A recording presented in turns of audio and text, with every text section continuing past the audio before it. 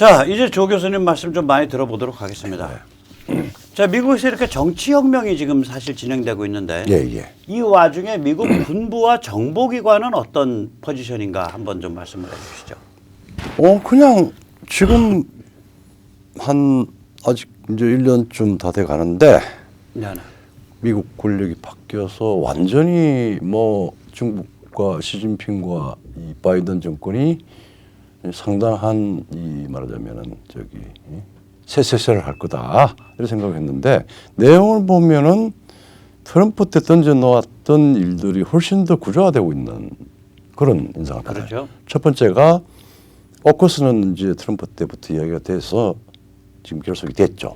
앵글로색슨하고 그 앵글로색슨 미국과 앵글로색슨이 합쳐서 반중 동맹이 됐습니다. 굉장히 강한 결석으로. 그러니까 어떤 나라들이죠? 그게 이제 제일 주목할 나라가 오스트레일리아, 그다음에 뉴질랜드, 그다음에 영국, 네. 그다음에 그 전체를 다 백업을 하고 있는 미국. 네, 그렇게 그렇죠. 네 개죠. 그래서 예. 흔히 앵글로색슨 반중 동맹이라고 얘기를 하죠. 그렇죠. 예. 그게 이제 형성이 됐고, 예. 그 다음에요. 그다음에 최근에 이제 그 터키가 네, 갑자기 돌궐족들을 다 모았습니다. 터키 연맹입니다. 네네. 이게 사실은 중국으로서는 굉장히 당황스러울 게 중국이 1995년인가 SCO라고 해서 이제 러시아까지 합해서 지금 스탄 국가들, 네, 뭐 키르기스탄, 뭐 카자흐스탄 뭐 해가지고 네. 지금 이제 말하자면 옛날 구 흉노 돌궐 그 지역의 주요 트루크 국가들, 국들이에요, 트루크국이죠. 네, 트루크 돌궐. 그 네. 국가들을 모아서 이제 상당히 그 견고한 말하면 연합 체제를 만들었습니다. 그게 상하이 공동기구였어요. 그렇죠. SCO. 네. 거기에서 중국만 빼고 러시아는 뭐 잠정적으로 저기 뭐야 들어오지는 않았지만 트루크를 갑자기 터키가 중심으로 해가지고 급속하게 그냥 전격 작전하듯이 만들어버렸습니다. 인구 한 2억. 그렇지, 인구가 2억입니다. 그러니까 중앙아시아 국가를 예. 터키에서 출발해갖고 다 엮어버린 거예요. 거기 빠진 나라는 아프가니스탄 하나야. 그렇죠. 아프가니스탄. 네.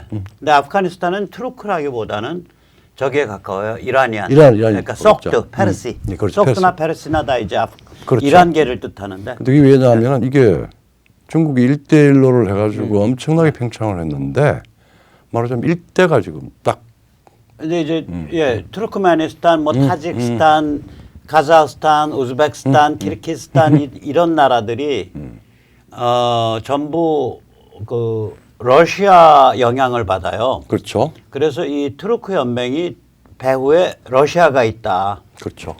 봐야 되는 건데 그럼 저게 무슨 의미를 가지냐?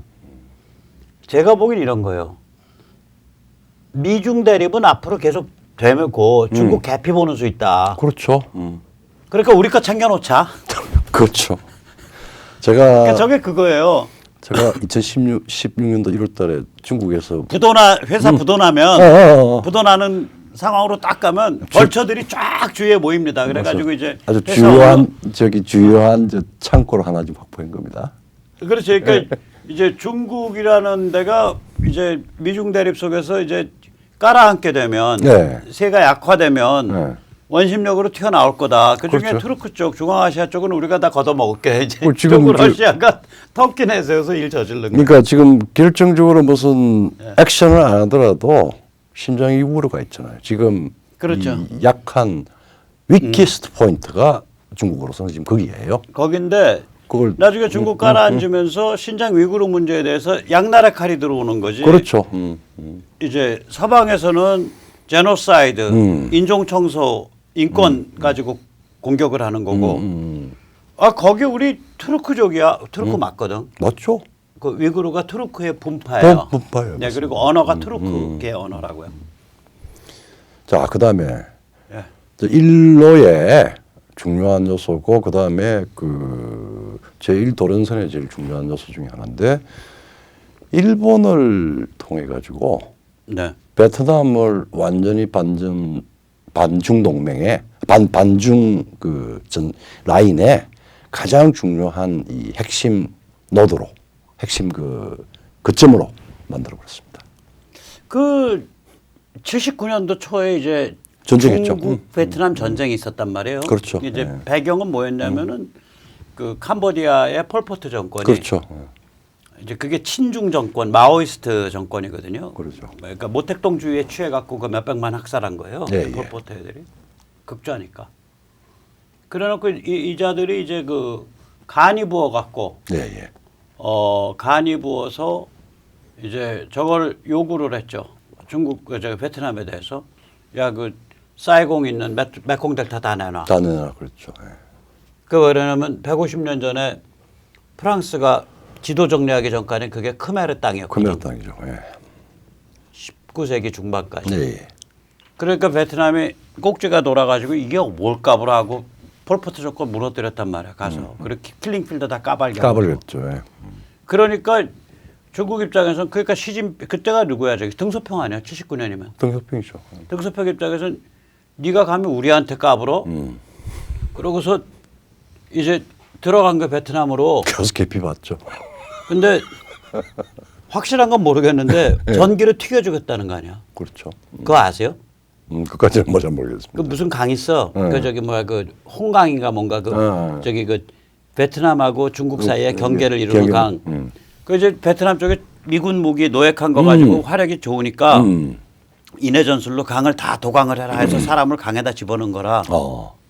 근데 거기에 그렇게 도강할 거라고 알고 거기다 고압 전기를 다 걸어놨다는 강 속에. 아이고 저 중국군들 들어왔을 때 거기다 전화 보려고 그랬다는 거 아니에요 전기. 화공전력 적벽부에 적벽 화공이 아니라 전공전력이었네. 예, 예, 전기로 그렇게 감전사를 많이 당했대요. 아이고 참. 그래서 그때 베트남 주장은 중국군을 자기들이 거의 10만 가까이 죽였다 그러는데 그렇죠. 보통 이제 밖에서 얘기할 땐 중국군, 베트남군 양쪽 다 각각 2만에서 4만 숨진 예. 그런 전쟁이었거든요. 그래서 앞뜨거라 하고 나와버렸죠. 예, 그리고 나서 이제 베트남이 겁이 바짝이 난 거지. 아씨 미국이랑 대립하고 있다가 한쪽은 미국 대립하고 한쪽은 중국 대립하면 우리 망한다. 그러니까 미국한테 무릎을 그때 꿇고 개혁 개방을 가자. 도이모이. 도이모이로 가죠. 예. 그게 도이모이의 뿌리가 79년도 전. 그러니까 이게 참 한 국가의 어떤 이 요소가 네.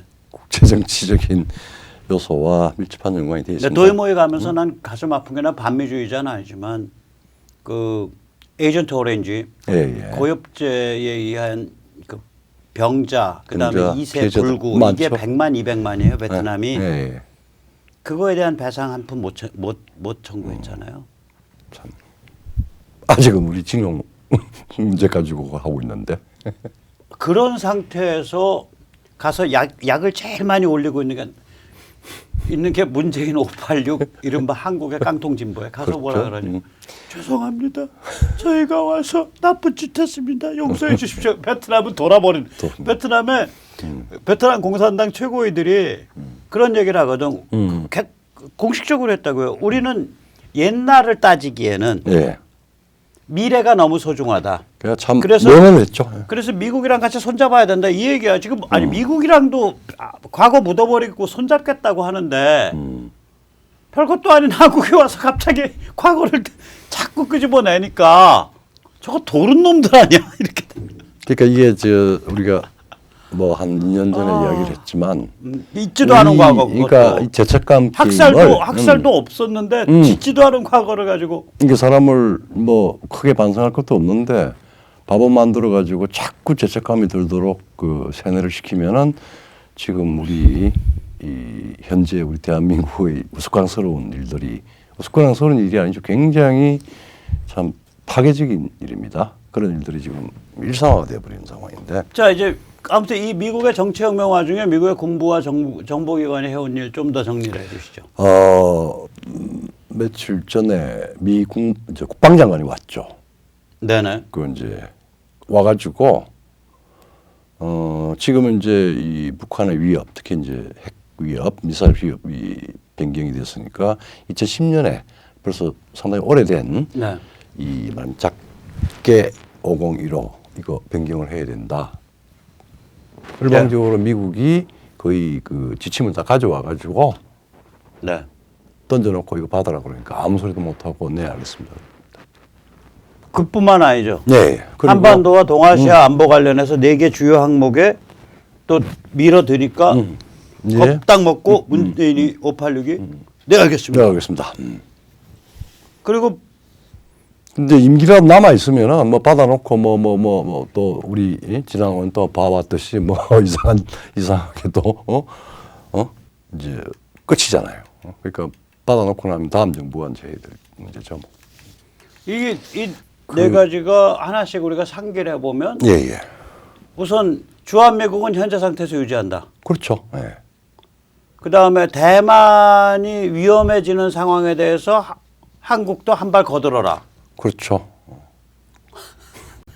왜냐면 그게 그 2003년도에 노무현 정부하고 그 부시 아들 부시하고 합의를 하고 2004년부터 이제 적용을 해서 했던 네. GPR이라고 네네. 미국의 이제 말하자면 해외 주둔군 재배치 네네. 이 부분을 다시 상기를 시키면서 인아웃이 했어요. 그러니까 네네. 붙박이군이 아니라 미군은 세계 이제 주둔군을 한쪽에 붙박이로 있는 그러니까 주둔을 하고 기지가 있지만 네네. 유연성 있게 말하자면은 미군이 네. 이 들어와서 주둔하고 있고 그 다음에 주변이나 뭐 밖에서 문제가 생겼을 때 예. 이 말하자면 복합적으로 아웃을 할 수 있게 그 원칙을 다시 이제 말하자면은 대만에 적용시키는 방식으로 해서 이미 그렇게 원칙을 정해 놓은 거야.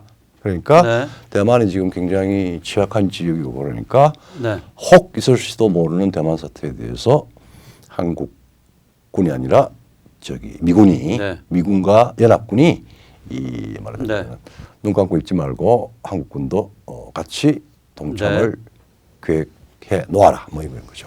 그다음에 우주 작전 능력에 한미가 같이 연구하고 협동한다. 우주 작전 능력이 이게 미사일 디펜스거든요. 그게 사실 MD죠. MD죠. 미사일 방어 체계예요. 그 우주에서 일어나니까. 네. 그리고 그러니까 이게 그다음에 전작권 전환 그거 나중으로 미룬다. 그게 원래 합의한 게 조건에 기반한 네.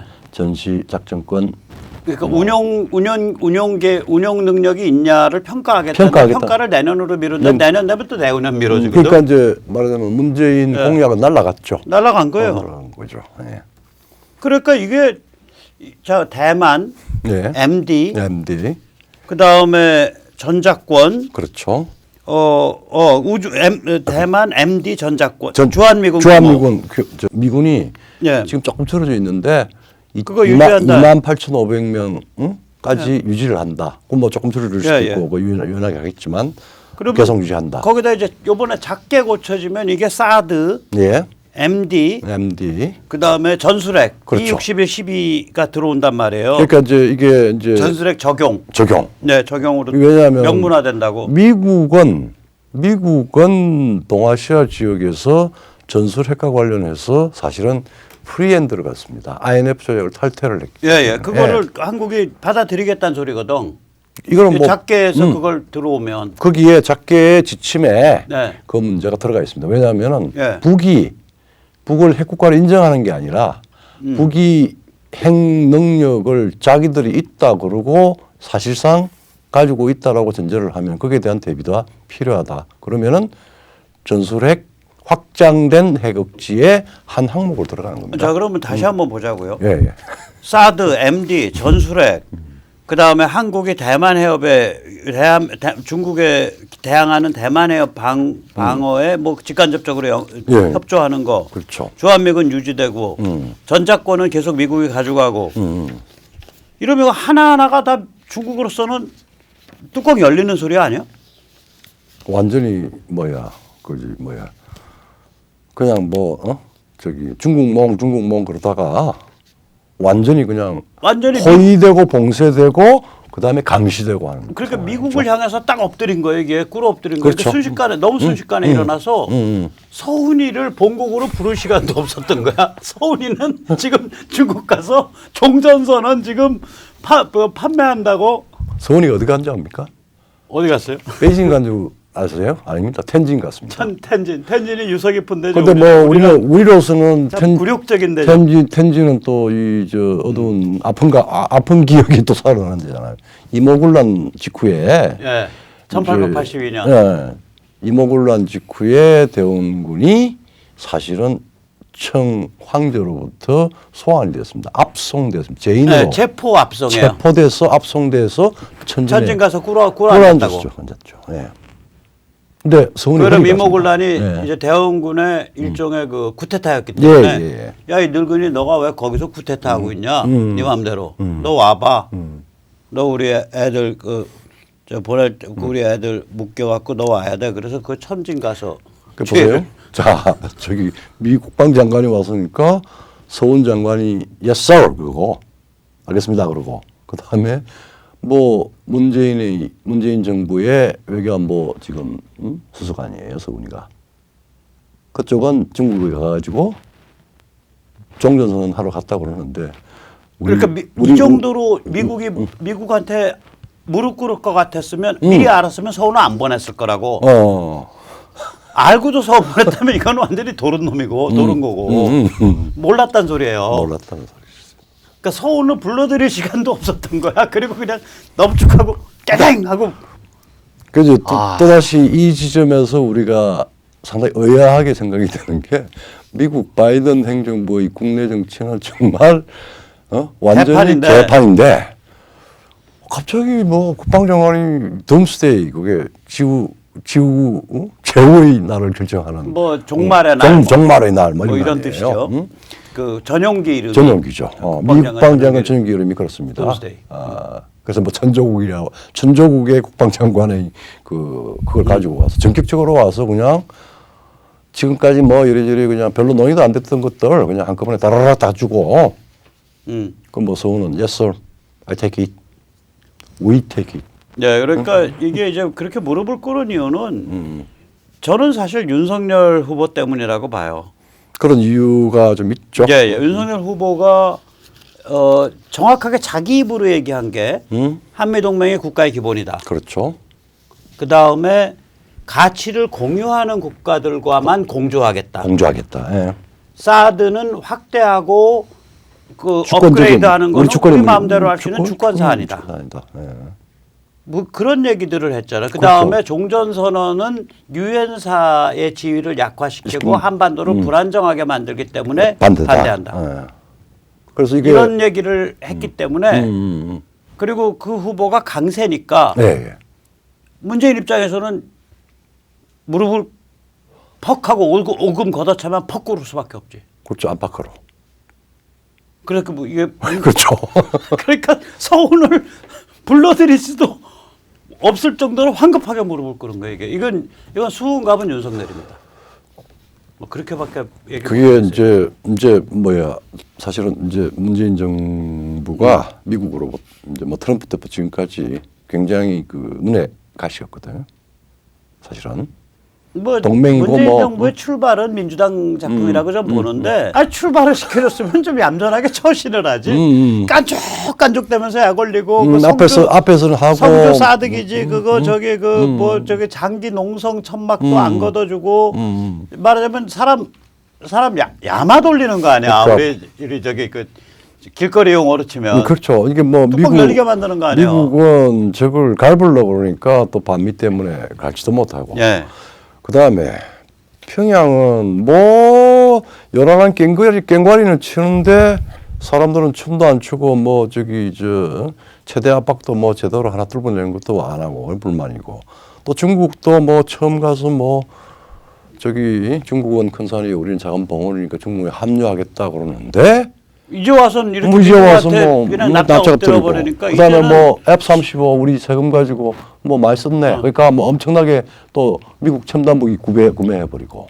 예. 그러니까 중국 입장에서는 이제 중국이 시진핑이나 싱하이밍이 문재인도로 삶은 소대가리라고 지금 그걸 지금 배신감 느끼면 삶은 소대가리니까.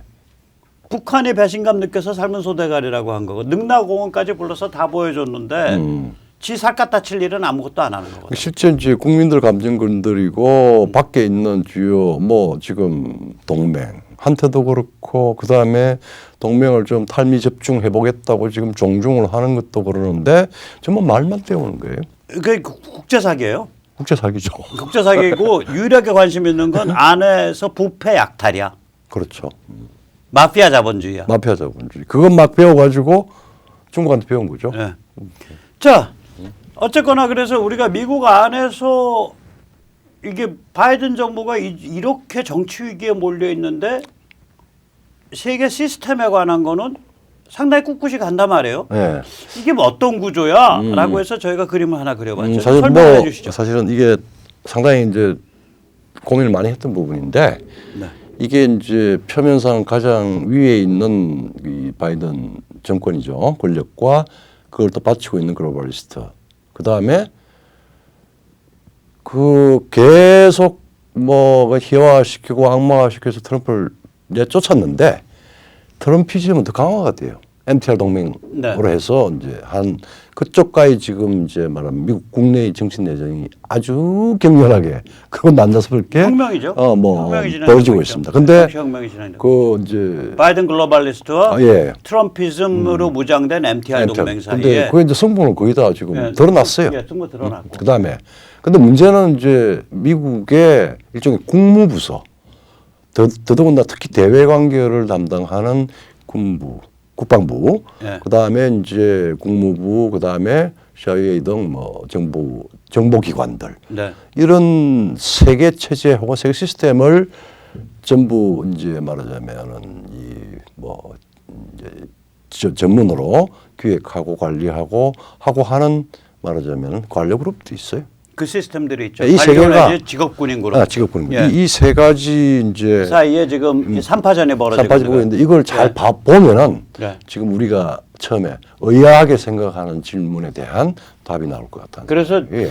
그냥 이런이 폐지하면 바이든 정부 동아시아 정책 잘 펼치고 있는데 이건 그렇게 표현하시면 안 됩니다. 예.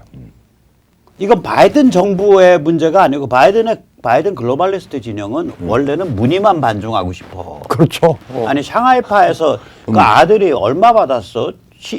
거의 2조 가까이 2조 받았네. 받았죠, 2조. 2조를 자산 운용 기탁을 받았으니까 2조면 200pp만 먹어도 2%거든요. 200pp 자산 운용 대금 기본 피. 그렇죠. 기본 보통 220 구조예요.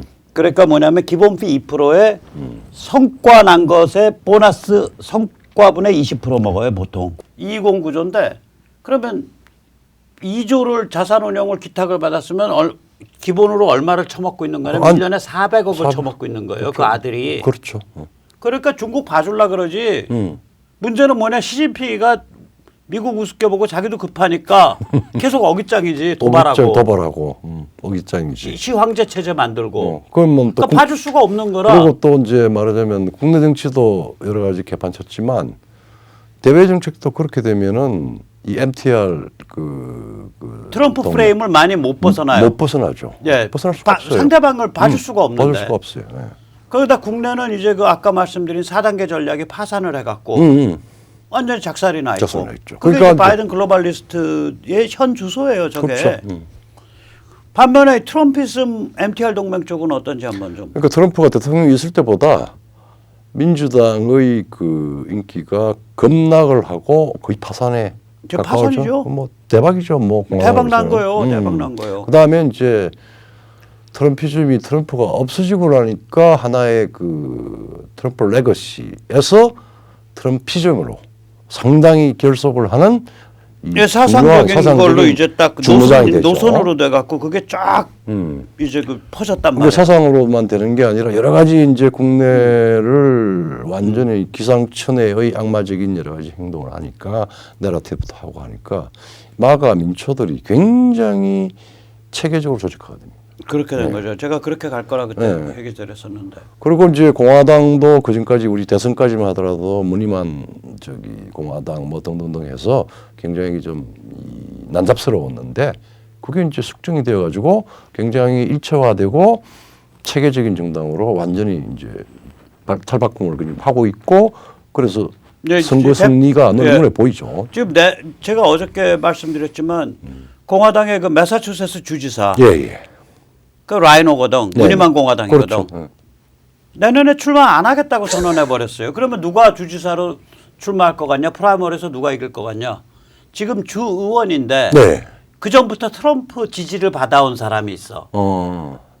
그러니까 트럼프 마가 쪽에서 반대하니까 내가 선거 나가봐야 떨어진다. 프라이머리 오케이. 나가봐야 떨어진다. 그러면 현역 주지사가 프라이머리 나가서 떨어지면 얼마나 개망신이야. 그렇죠. 예. 아, 출마 안 해, 출마 안 해.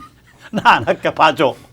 반대로. 그러니까 그게 아까 말한 공화당 내부 숙정이에요. 그렇죠. 저게 지금 지역마다 일어나고 있어요.